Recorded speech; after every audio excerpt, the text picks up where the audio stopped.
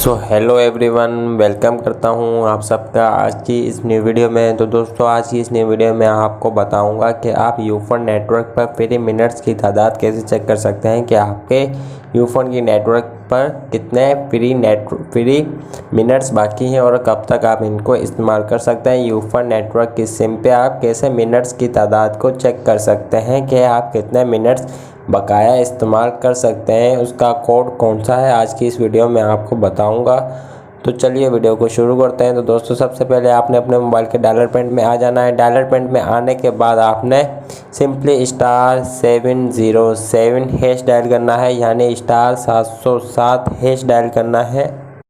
तो जैसे ही आप इसको *707 हैश डायल करके इसको ओके करेंगे, कंफर्म करेंगे, तो आपको आपके स्क्रीन पे स्टेटस शो करवा दिया जाएगा, जिसमें आपको दिखा दिया जाएगा कि आपके पास कितने मिनट्स बाकी है और आप कब तक इस्तेमाल कर सकते हैं। आपको यहाँ पे शो करवा दिया जाएगा कि आपके कितने मिनट्स बाकी रह चुके हैं।